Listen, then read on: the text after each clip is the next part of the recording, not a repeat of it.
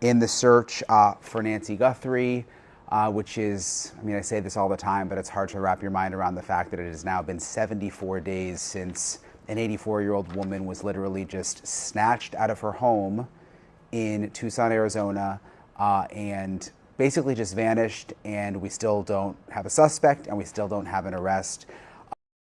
They thought the nightmare couldn't get any worse. 72 days. That's how long Nancy Guthrie has been missing. 72 days of silence, fear, and unanswered questions surrounding the disappearance of the 84-year-old woman who vanished without a trace from her quiet home in Arizona. And just when people believed the case was finally slowing down, a disturbing new update has surfaced, one that suggests this investigation isn't just haunting investigators anymore. It's now terrifying the entire neighborhood. Because while Nancy Guthrie is still nowhere to be found, residents of the Catalina Foothills, where she disappeared, are now reporting something else: harassment, fear, suspicious behavior, and an unsettling presence lingering around their streets.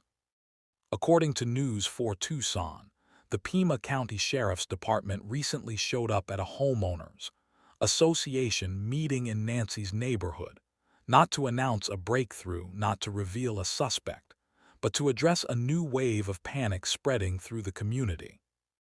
Neighbors claimed a YouTuber has been aggressively approaching residents, questioning them, pushing for information, and repeatedly showing up in the area.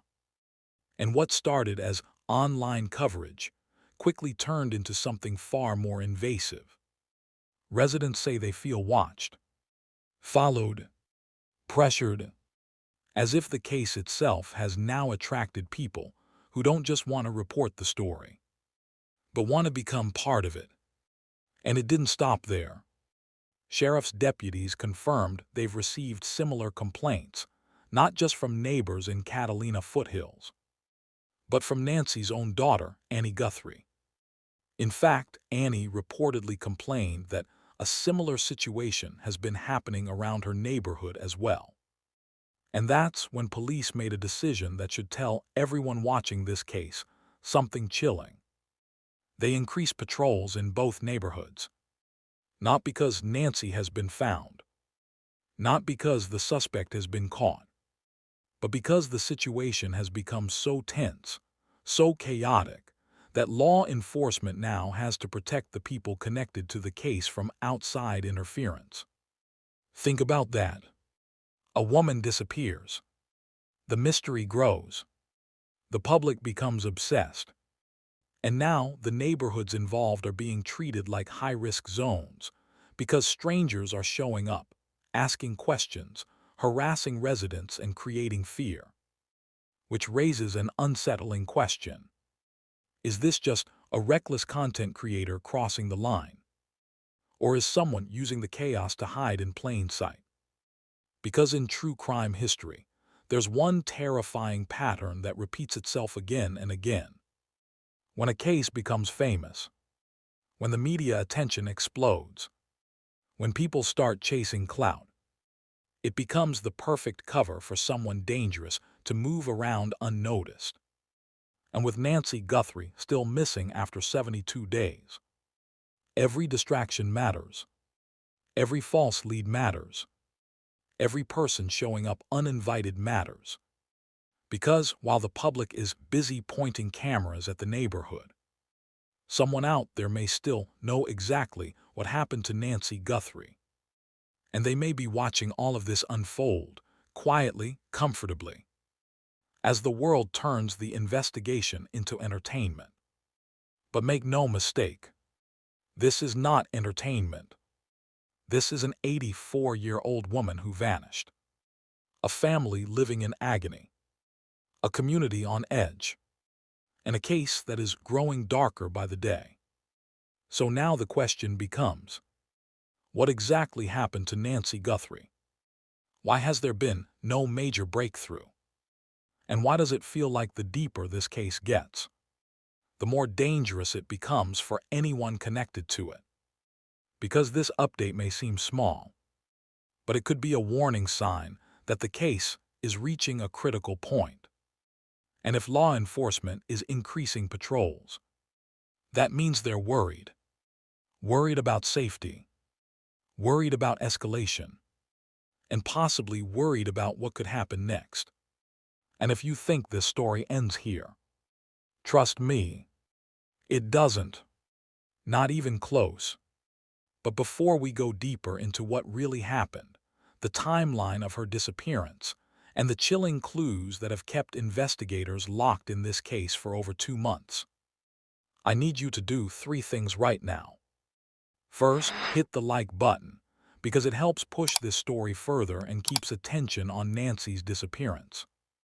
Second, subscribe to the channel if you haven't already, because we cover the most disturbing and mysterious true crime cases in full detail. And third, and most important, comment below.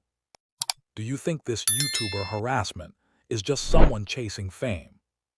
Or could it be connected to the person who knows what happened to Nancy Guthrie? Because the next part of this story is where everything starts to get truly unsettling. The next part of this story is where everything starts to get truly unsettling. Because to understand why this case has become so intense, why neighborhoods are now being patrolled like crime scenes, and why investigators have stayed unusually tight-lipped for over 2 months, you have to go back to the beginning. Back to the day Nancy Guthrie disappeared. A day that started like any other. A calm Arizona morning. Quiet streets. The kind of neighborhood where people wave politely, where the sound of a car passing by feels like the loudest thing that happens all day. The Catalina Foothills is known for being peaceful. Upscale homes, desert landscapes, mountain views, and a sense of safety that makes residents feel like crime is something that happens far away to other people in other places. And Nancy Guthrie, at 84 years old, was exactly the kind of woman who fit into that peaceful image. She wasn't someone who lived recklessly. She wasn't known to be involved in drama. She wasn't someone with enemies lurking in the shadows. To the outside world, she was simply an elderly woman living her life quietly. But to her family, Nancy was everything. A mother, a grandmother, a strong presence, a woman who had lived long enough to see generations grow, who had weathered life's storms and still carried herself with the steady calm of someone who had learned to survive anything. And that's why what happened next didn't just shock her family. It shattered them. Because Nancy Guthrie didn't vanish in the middle of nowhere. She didn't disappear while traveling. She didn't go missing during a hike or on a long drive. Nancy Guthrie disappeared from her own home. Her safe place. Her comfort zone. The one location where she should have been safest. And that is the first detail that makes this case feel so disturbing. Because when someone disappears from their own house, it means one of 2 things. Either they walked away willingly, or someone made sure they couldn't. And from the very beginning, investigators made it clear this wasn't being treated like a simple missing person case. This wasn't an elderly woman wandered off. This was maybe she got confused. This was treated as something much darker. A possible abduction. A possible kidnapping. And the reason authorities leaned in that direction is because of what was discovered almost immediately after she was reported missing. Something that sent chills through investigators. Something that made it clear Nancy didn't just vanish. Someone had been there. According to early reports, law enforcement began examining the home and the surrounding neighborhood. They looked at entry points. They looked for signs of a break-in. They looked for evidence of forced entry. And that's where things started to get complicated. Because there were no dramatic signs of violence publicly reported. No shattered windows. No screaming witnesses. No obvious chaos. Just absence. An elderly woman was simply gone. And that kind of disappearance is terrifying. because it means whoever did this may have been calm, calculated, and experienced. Think about it. To take an 84-year-old woman from her home in a quiet neighborhood without triggering immediate alarm. You'd have to be confident. You'd have to move quickly. You'd have to know what you're doing. Or worse, you'd have to know Nancy. Because many investigators will tell you this. The most dangerous criminals aren't the ones who crash through windows in the middle of the night. It's the ones who knock on the door. The ones who smile. The ones who can convince you to open it. And the scariest part, if Nancy opened her door willingly, then the threat didn't look like a threat at all. It looked familiar. It looked harmless. It looked like someone she had no reason to fear. And that possibility alone makes this case deeply unsettling. Because if the person responsible didn't need to force their way in, then Nancy may have walked straight into the trap. Now imagine this scene. Nancy at home, maybe making tea, maybe watching television, maybe sitting quietly, enjoying the kind of peaceful morning you expect at 84 years old. Then the doorbell rings, or there's a knock. She walks to the door, and standing outside is someone she recognizes, someone she trusts, someone she believes has no reason to hurt her. And then, everything changes, because within a short window of time, Nancy Guthrie is gone, and nobody knows where she went. Nobody knows who took her. Nobody knows what she saw in those final moments. And as the hours passed, the situation turned from confusing to urgent to terrifying. Because the longer someone stays missing, the worse the odds become. Every minute matters. Every hour matters. Every day matters. And when Nancy didn't return, her family began to realize something was very wrong. This wasn't like her. This wasn't normal. This wasn't an elderly woman who forgot to call. This was silence. The kind of silence that feels heavy. The kind of silence that makes your stomach twist into knots. And soon, law enforcement was called. The search began. The neighborhood was examined. Neighbors were questioned. But what they found didn't bring relief. It brought fear. Because investigators reportedly discovered something that changed the entire direction of the case. Surveillance footage. Footage that showed a person near Nancy's home. A figure described as masked. A shadowy presence. Someone who did not belong there. And if that detail is true, and multiple sources have hinted at it, then it means Nancy Guthrie's disappearance wasn't random. It wasn't an accident. Someone came prepared. Someone came hidden. Someone came with a purpose. And if a masked person was seen near the home, then we are no longer talking about a missing elderly woman. We are talking about a predator. Someone who had already decided what was going to happen before they ever arrived. That is the kind of detail that turns a quiet neighborhood into a nightmare. Because imagine being a neighbor and hearing that. Imagine realizing that while you were asleep, while you were eating breakfast, while you were going to work, someone masked was moving around in your community. Someone bold enough to stalk a house. Someone bold enough to approach an elderly woman's home. And that kind of person doesn't stop easily. They don't panic. They don't act on impulse. They plan.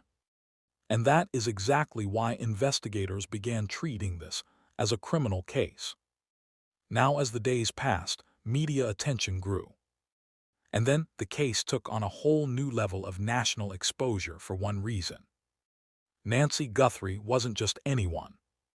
She was the mother of Savannah Guthrie, a major NBC Today show host. A recognizable face. someone with a platform, someone whose disappearance would not stay local for long.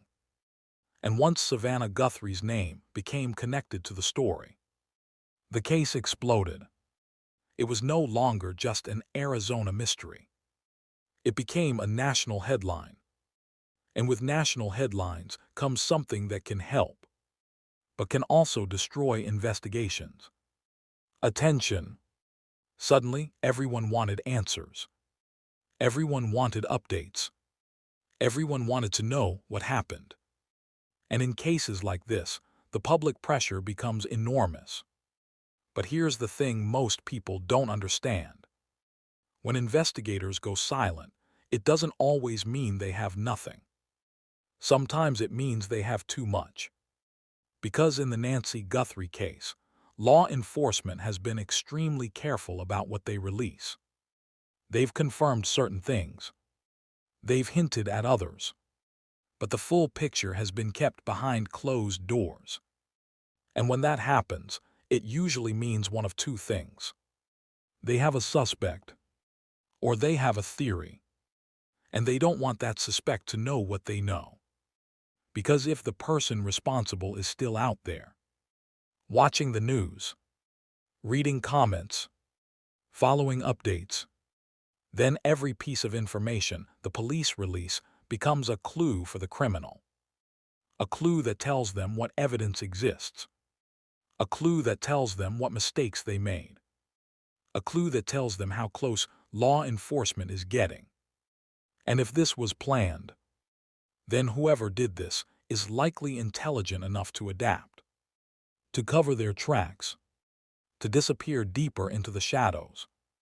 That's why this case feels like a chess match.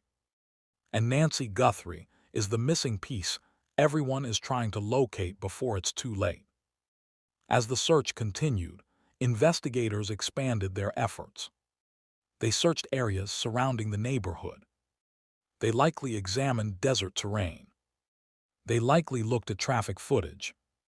They likely looked at phone data, surveillance networks, license plate readers, anything that could show a vehicle leaving the area. Because in kidnappings, vehicles are often the key. The moment someone is placed into a car, the chances of finding them drop dramatically. And that's what makes Nancy's age so heartbreaking. Because at 84 years old, time becomes even more critical. She may need medication. She may need food. She may need assistance walking. And every day that passes creates more fear that she may be suffering somewhere, alone, frightened, confused, wondering why this is happening. But then, as if the case wasn't disturbing enough already, another detail began to surface. Ransom messages, notes, demands. Reports began to circulate that there had been communication claiming Nancy was being held. And immediately, the world held its breath. Because ransom messages can mean hope. They can mean the victim is alive. They can mean the kidnappers want something other than murder. But ransom notes can also mean something else. A scam. Opportunists. People who see tragedy and decide to profit from it. And investigators reportedly suggested that some of these communications may not have been credible.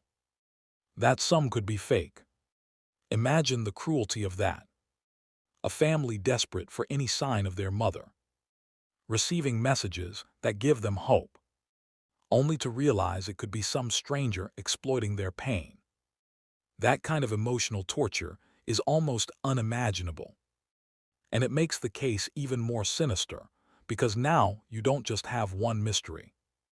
You have multiple layers of darkness. A missing elderly woman, a suspected kidnapping, a masked person on surveillance, and scammers circling like vultures, trying to cash in on fear. At this point, the case had turned into a storm. And as the days turned into weeks, the investigation became more intense. Authorities reportedly began using advanced forensic methods, DNA analysis, behavioral profiling, tips from the public. And with each passing day, the reward money reportedly grew larger. Some sources have claimed it climbed to a staggering amount, over $1 million. A number so high that it should have made someone talk. A number so high that it should have shaken loose information. A number so high that you would think it would break the case wide open. But it didn't. And that is one of the most chilling parts of this entire story. Because when money like that is on the table and nobody comes forward, it suggests something terrifying. Either the person responsible has covered their tracks perfectly, or the person responsible is someone nobody suspects. Someone close. Someone hidden behind a mask of normal life. Because people always imagine kidnappers as strangers in dark clothing, lurking in alleyways. But many times, the most dangerous criminals look like neighbors, like friends, like harmless faces. And that is what makes this case feel like a living nightmare. Now, while all of this was unfolding, the Guthrie family was trying to survive the unbearable. Savannah Guthrie, a woman used to reporting the news, was now living inside a headline. And the public watched closely as she returned to her role on television. But behind that professional smile was something else. Pain, fear, a mother missing, a family desperate, and millions of people watching her every move, waiting for an update that never came. And that is when the case began to attract another type of attention. Good evening, and we do Internet, begin with that new video released just a YouTubers, short. True crime creators, TikTok investigators, online detectives. Some genuinely wanted to help. Some wanted to keep the story alive. But others wanted views, clicks, virality. And in the world of true crime, when a case becomes big enough, something always happens. People begin showing up. They begin inserting themselves into the story. They begin hunting for content. And that is exactly what happened here. By the time 72 days passed, Nancy Guthrie's neighborhood wasn't just a quiet Arizona community anymore. It had become a target, a location pinned on maps, a place where strangers drove by slowly, a place where residents started peeking through blinds, a place where families began feeling like they were living inside a documentary they never asked to be part of. And then came the update that shook the community. Neighbors reportedly gathered for a homeowners association meeting, probably hopping to discuss safety, probably hopping for reassurance, probably hoping the police would say something that made them feel protected. And the Pima County Sheriff's Department showed up. But not with news of Nancy, not with news of an arrest, not with news of a suspect. They showed up because neighbors were complaining that a YouTuber had been harassing residents. Harassing, not interviewing, not asking politely. Harassing, pressuring people for information, showing up repeatedly, creating fear. And then it was confirmed that similar complaints had come from Annie Guthrie as well. Meaning this wasn't just happening in one place. It was happening around the family too. And that's when the sheriff's department increased patrols. And that one decision speaks louder than any press conference ever could. Because police don't increase patrols unless they believe something could escalate. Unless they believe tensions are rising. Unless they believe safety is at risk. And that is where this case shifts into something even more disturbing. Because now, the story isn't only about Nancy being missing. It's about the ripple effect. The chaos. The way a disappearance can poison an entire community with fear. The way the public obsession can become a danger in itself. And the way this case is starting to feel like it's spiraling into something bigger. Something out of control. Because now there's a new question hanging in the air. A question nobody wants to ask out loud. What if this harassment isn't just about views? What if someone is using it to distract? What if someone is using the crowds, the cameras, the attention, to hide movement, to return to the area, to blend in? Because criminals love chaos. Chaos creates confusion, and confusion creates opportunity. And right now, this case is drowning in confusion. Nancy Guthrie is still missing. No one knows where she is. And now, the neighborhoods involved are being watched, patrolled, and protected. Not only from the criminal, but from the public. And as Chapter 1 comes to an end, the truth is simple. The disappearance of Nancy Guthrie didn't just create a mystery. It created a storm of fear, obsession, and unanswered questions. And in Chapter 2, we're going to go deeper into the theories investigators aren't saying out loud, into what the surveillance footage may really reveal, and into the chilling possibility that the person responsible may not be a stranger at all, but someone who has been closer to Nancy Guthrie than anyone ever imagined. The person responsible may not be a stranger at all, but someone who has been closer to Nancy Guthrie than anyone ever imagined. Because by the time this case reached its second month, investigators weren't just searching the desert or knocking on doors anymore. They were hunting for a pattern, a motive, a reason, something, anything, that could explain how an 84-year-old woman could vanish so cleanly from a quiet Arizona neighborhood and leave behind nothing but questions. And in cases like this, there's a rule investigators live by. If the disappearance doesn't make sense, then you're missing a key piece of the story. Because people don't just disappear. Not like this. Not from their home. Not at her age. Not without leaving a trail. Unless someone made sure that trail was erased.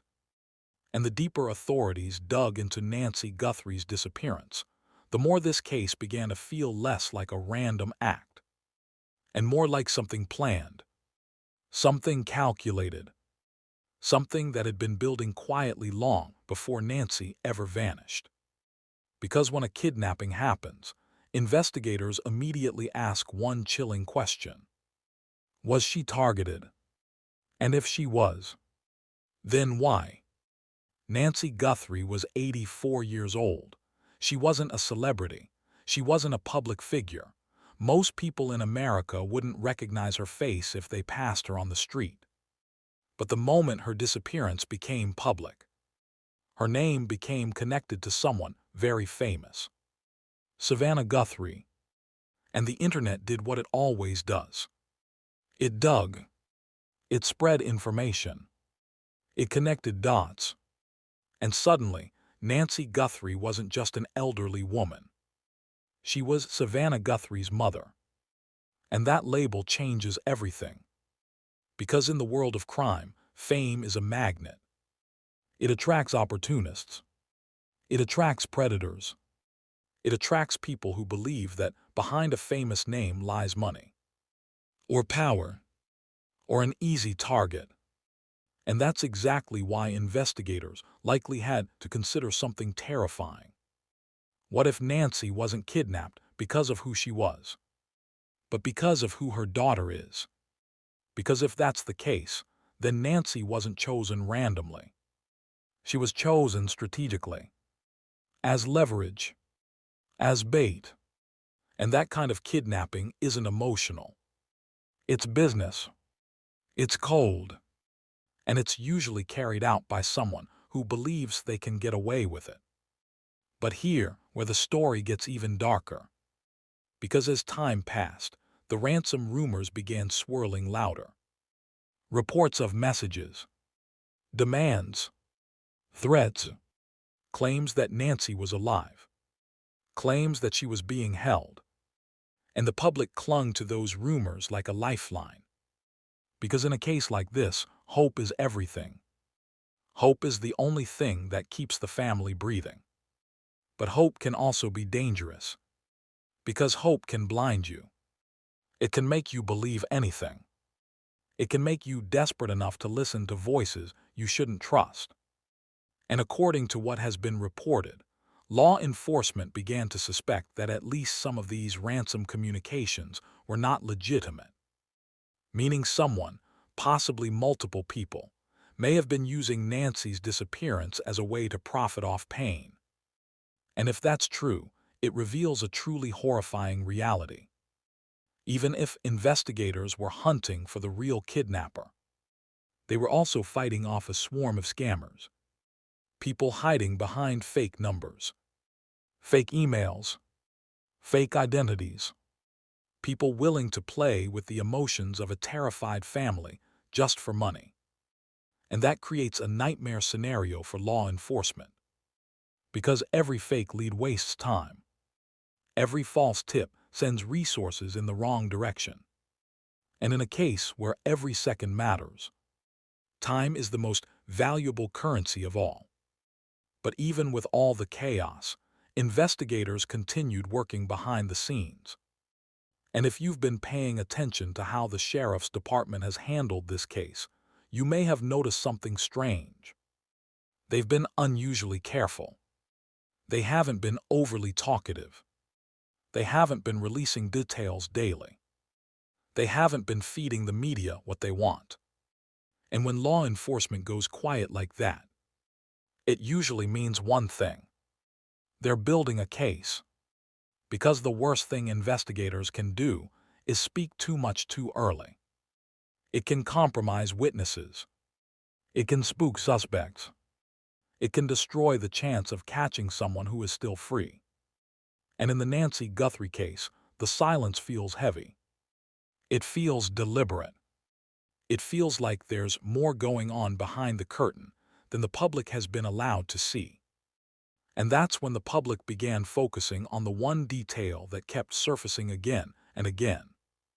The masked figure. That shadow in the footage. That image that has haunted this case from the beginning. Because the idea of a masked person near an elderly woman's home is not just suspicious. It's predatory. It suggests planning. It suggests intent. It suggests someone who came prepared to not be identified. And in modern investigations, surveillance footage is everything. It can show a suspect's height, their build, their movement, the way they walk, their posture, their timing, the vehicle they arrived in, the direction they left. And what's chilling is this. Even if the mask hides the face, the body doesn't lie. Investigators can compare movement patterns. They can compare gait. They can compare clothing style. They can compare behavior. And if they suspect someone, they can match them. So if the sheriff's department has surveillance footage of a masked person, then there's a chance they already have a face in mind. But here, the terrifying part. If the masked figure is real and tied to Nancy's disappearance, then the person responsible didn't just act impulsively.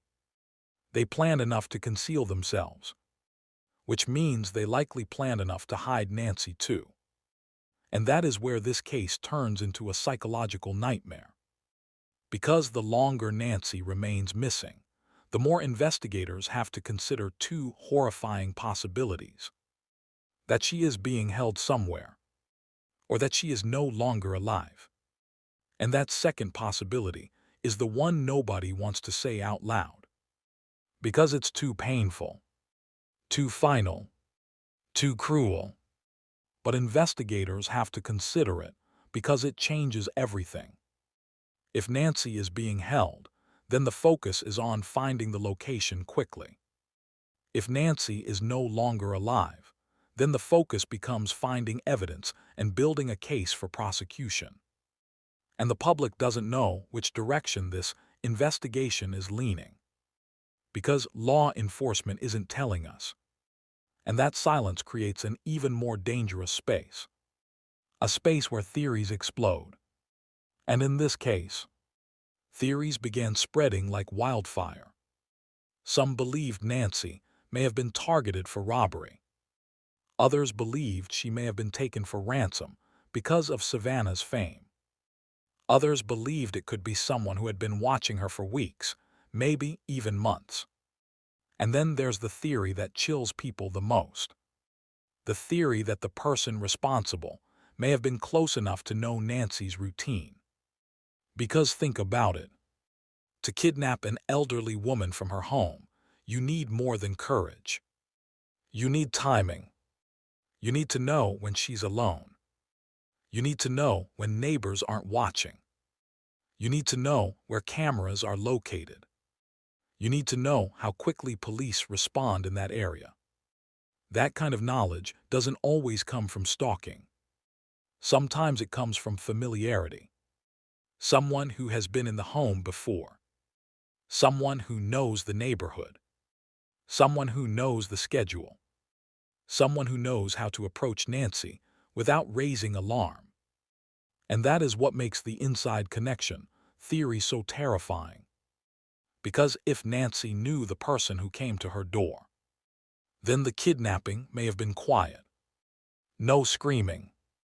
No struggle. No frantic running. Just a calm conversation. A door opening. And then Nancy stepping outside. Never realizing it was the last time she would see her home again.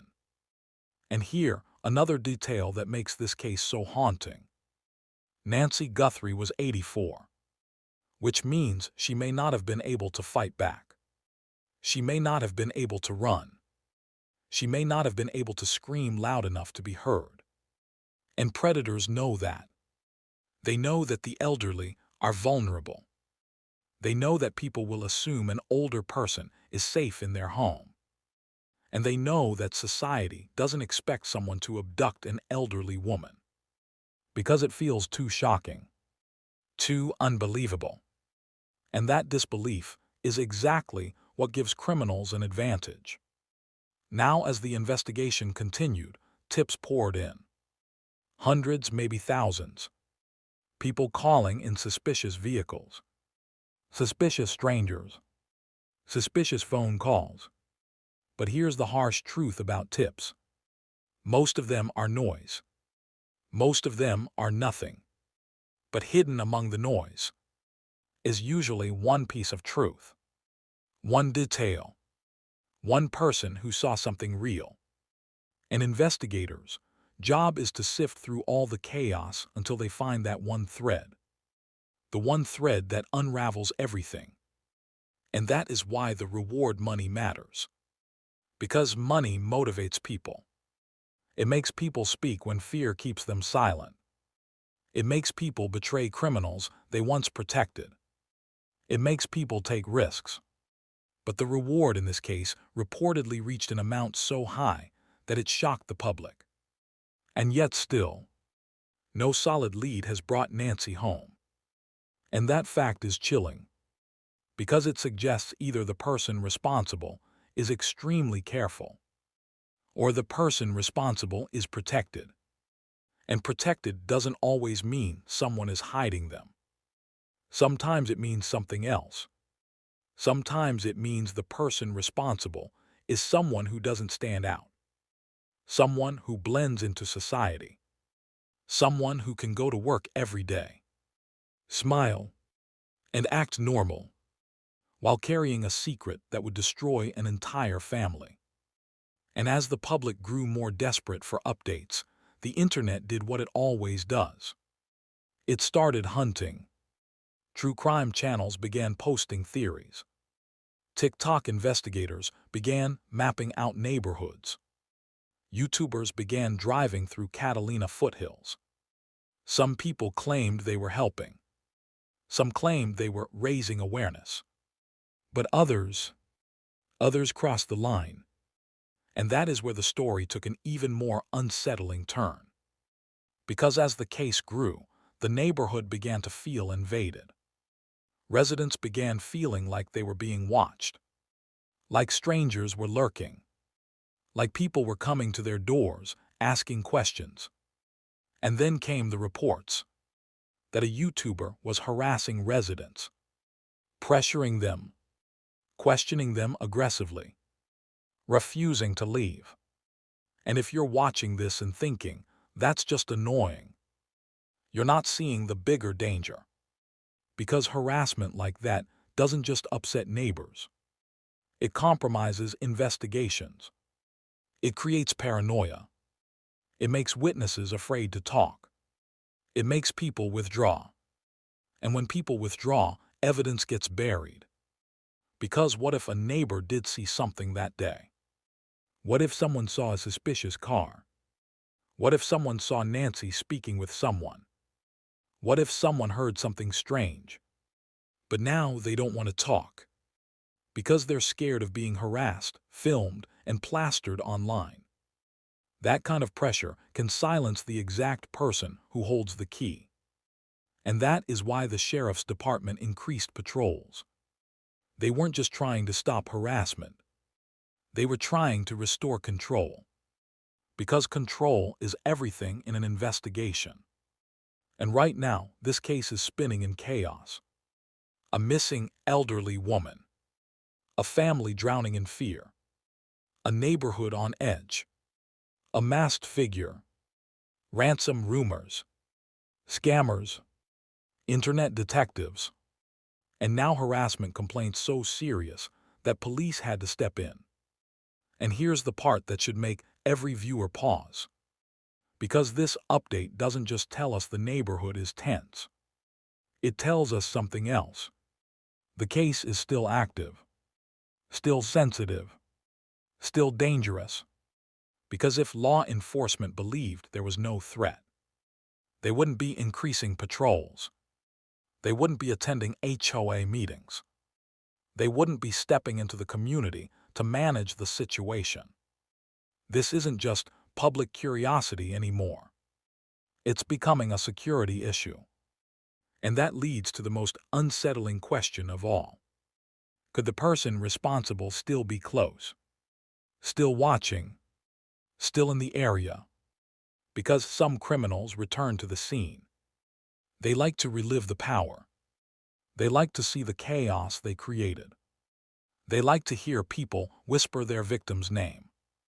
They like to know they've shaken an entire community.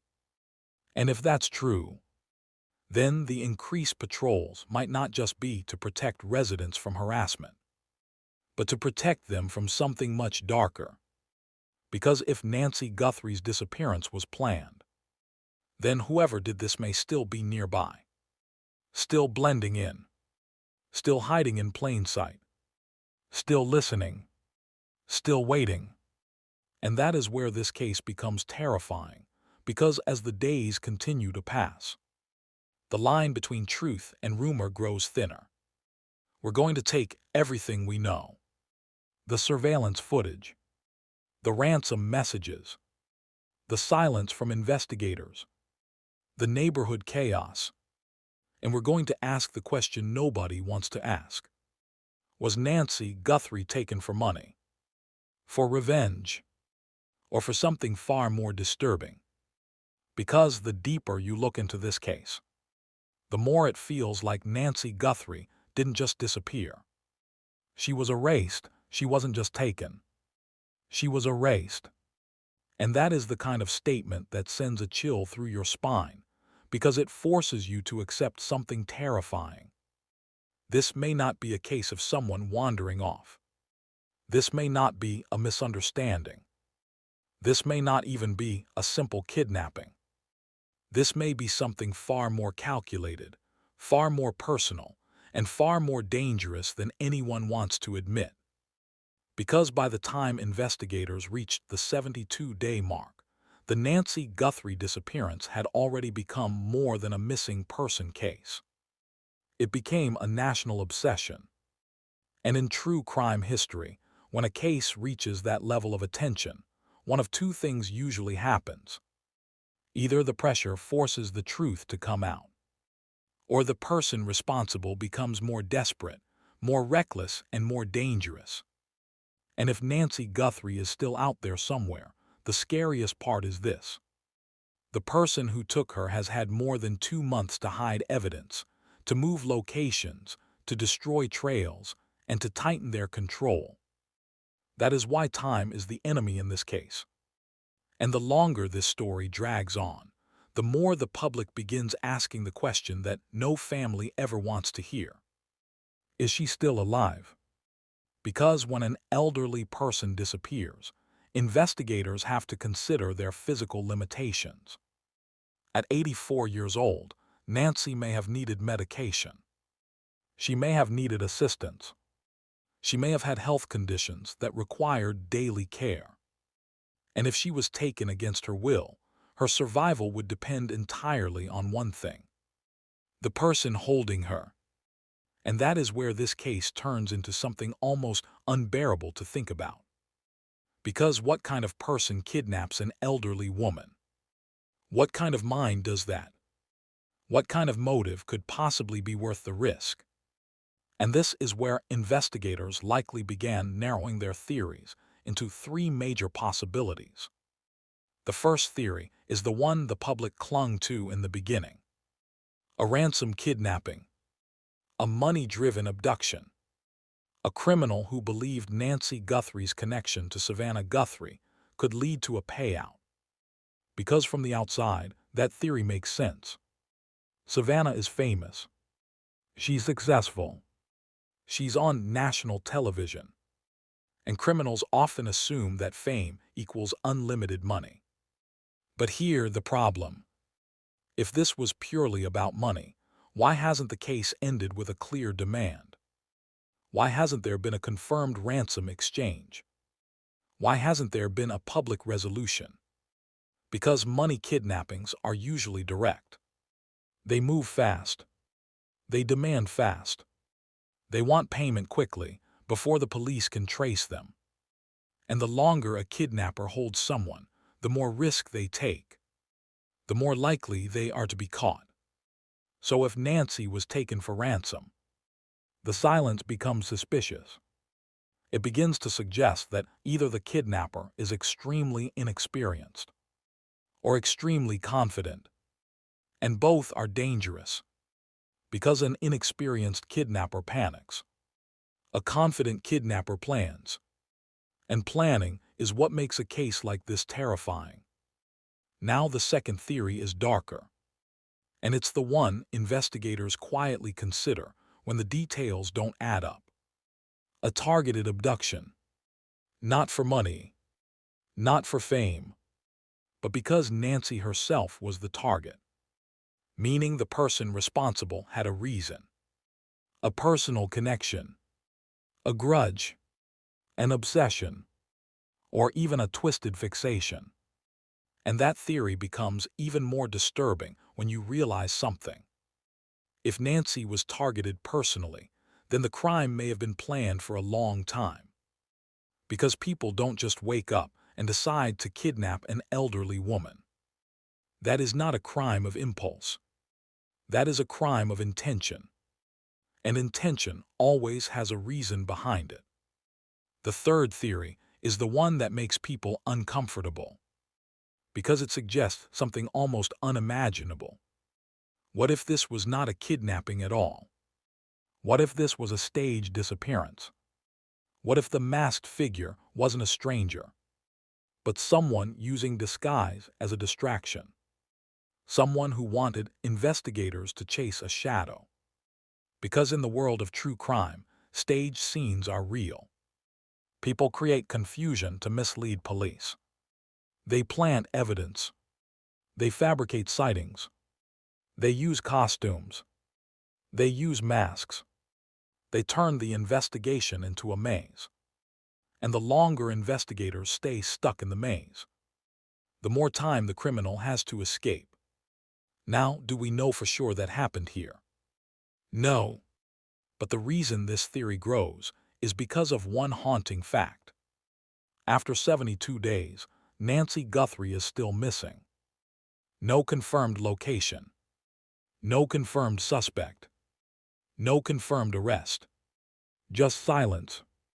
And silence in a case like this is not comforting. Silence is loud. Silence screams that something is being hidden. Because the truth is, someone out there knows what happened. Someone knows. And when you look at the strange details surrounding this case, the surveillance footage, the ransom rumors, the reward money, the lack of public progress, you begin to understand why this story has unsettled so many people. Because it feels like a puzzle with pieces missing. And in a puzzle like this, the missing pieces are usually missing for a reason. Now let's talk about the part of this case that has become one of the most controversial updates: the YouTuber harassment. Because on the surface, it seems unrelated. It seems like just another example of people chasing clout. But when you look deeper, it becomes something more disturbing. Because why would someone be harassing residents? Why would someone be repeatedly showing up? Why would they pressure neighbors? Why would they refuse to let it go? Some people might say it's because they want views. And yes, that's possible. But there's another possibility. One that true crime investigators have seen before. Sometime, the person who inserts themselves into the case is not an innocent bystander. Sometimes the loudest person in the room is the one hiding the biggest secret. Now, that doesn't mean this YouTuber is involved. We have no proof of that. But the behavior is still alarming. Because if you are truly trying to help a case, you don't terrorize the community. You don't intimidate potential witnesses. You don't create chaos. You don't turn grieving families into content. And the fact that law enforcement increased patrols because of this harassment tells us something very important. The authorities believe the situation has become a risk. A real risk. Not just annoyance. Not just inconvenience. A risk to safety. A risk to the investigation. And possibly a risk to the family. Because Annie Guthrie reportedly complained too. Which means this harassment wasn't only happening around the original neighborhood. It was happening around Nancy's family. And that detail is disturbing because it raises another question. Why would someone target Annie's neighborhood? Why would someone follow the family? Why would they keep pushing boundaries? Because if this is truly just a content creator, why not cover the story from a distance like everyone else? Why show up physically? Why invade private spaces? Why make neighbors feel threatened? And that is where this case starts to feel like it's evolving into something even bigger than Nancy's disappearance. It's becoming a psychological war. A case where the public, the media, and the investigators are all pulling in different directions, while the family is trapped in the middle. Now, think about the emotional impact of this. Imagine being Savannah Guthrie. Imagine waking up every day not knowing where your mother is. Not knowing if she is hungry. Not knowing if she is cold. Not knowing if she is scared. Not knowing if she is alive. And then, on top of that, you have strangers turning your tragedy into entertainment. You have people driving through your neighborhood. You have YouTubers showing up at homes. You have neighbors being questioned. You have your family's private life being dragged into the public eye. And every day the case remains unsolved, the pressure grows heavier. Because the world doesn't stop. But the family's life does. Their time becomes frozen in one moment. The moment Nancy vanished. And what makes this even more heartbreaking is the possibility that Nancy herself may not understand what's happening. At 84 years old, she may be confused. She may be frightened. She may be calling for her family. She may be wondering why nobody is coming. And that thought is what makes this case so painful. Because if she is alive, she is likely suffering. And if she is not, then the family is being forced to live in limbo. a limbo that is worse than grief. Because grief at least gives closure. But limbo is torture. Now, investigators have likely been using every tool available. Cell phone tower data, license plate readers, bank records, traffic cameras, DNA analysis, behavioral experts. And if the masked figure exists on footage, they've likely been studying it frame by frame. But despite all that, there has been no breakthrough announced publicly, which leads to one of the most chilling possibilities of all. What if law enforcement knows more than they are saying? What if they have a suspect? What if they have a person of interest? What if they are waiting for one mistake? Because in many high-profile cases, investigators keep information secret intentionally. They release just enough to keep the public aware, but not enough to reveal their hand. And sometimes they do this because they want the suspect to believe they're safe. Because when criminals feel safe, they relax. They make calls. They revisit areas. They slip up. And that is when investigators strike. So the silence in this case could mean the police are stuck. Or it could mean the police are close. And if they are close, that means the person responsible may be feeling pressure. And pressure makes people dangerous. Pressure makes criminals do irrational things. Pressure makes them try to silence witnesses. Pressure makes them take risks. Pressure makes them escalate. And that is why this case feels like it could reach a breaking point at any moment. Now, let's talk about the most haunting part of this entire mystery. The fact that Nancy Guthrie disappeared from a neighborhood that was supposed to be safe. Because when someone is taken from a place like Catalina Foothills, it shatters the illusion that it can't happen here. It proves that evil doesn't need dark alleyways. It doesn't need abandoned buildings. It can walk right up to a beautiful home, in broad daylight, and take someone without leaving a trace. And that is why residents are afraid. That is why patrols have increased. That is why this case has created paranoia. Because if someone could take Nancy, they could take anyone. And now, the entire neighborhood is living with a terrifying question. Did we see something that day? Did we ignore something? Did we wave at a car that shouldn't have been there? Did we walk past someone who was watching her house?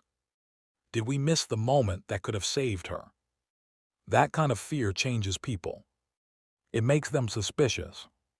It makes them lock doors twice. It makes them look out windows at night.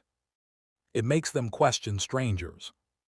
And when a case creates that kind of atmosphere, it becomes more than an investigation. It becomes a haunting, a shadow that hangs over everyone connected to it. And now, as the days continue to pass, we are left with the same chilling reality. Nancy Guthrie is still missing. And somewhere out there, the person who knows the truth is still breathing free air, still walking around, still living life, still hiding behind a face the public may not recognize. And that is why this story matters. Because cases like this don't just disappear. They either end in tragedy, or they end in justice. But justice only comes when the right person is exposed. And right now, the public is watching. The media is watching. The neighborhood is watching. And the family is waiting. Waiting for the phone call that changes everything. Waiting for the knock on the door. Waiting for the announcement that finally answers the question the world has been asking for over 2 months. Where is Nancy Guthrie? And until that question is answered, one thing is certain. This case is not over. Not even close. Because every disappearance leaves behind a trail. And sooner or later, someone always steps on the wrong part of that trail. And when they do, the truth comes out. So now I want to ask you something. Do you believe Nancy Guthrie was taken for ransom? Do you believe she was targeted personally? Or do you believe the truth is something even darker? Drop your thoughts in the comments right now, because I read every single one. And if you want to stay updated on this case and other shocking true crime mysteries, make sure you hit subscribe and turn on notifications so you don't miss the next upload. Because the moment this case breaks, you'll hear it here first. And until then, keep watching, because the truth behind Nancy Guthrie's disappearance may be closer than anyone realizes.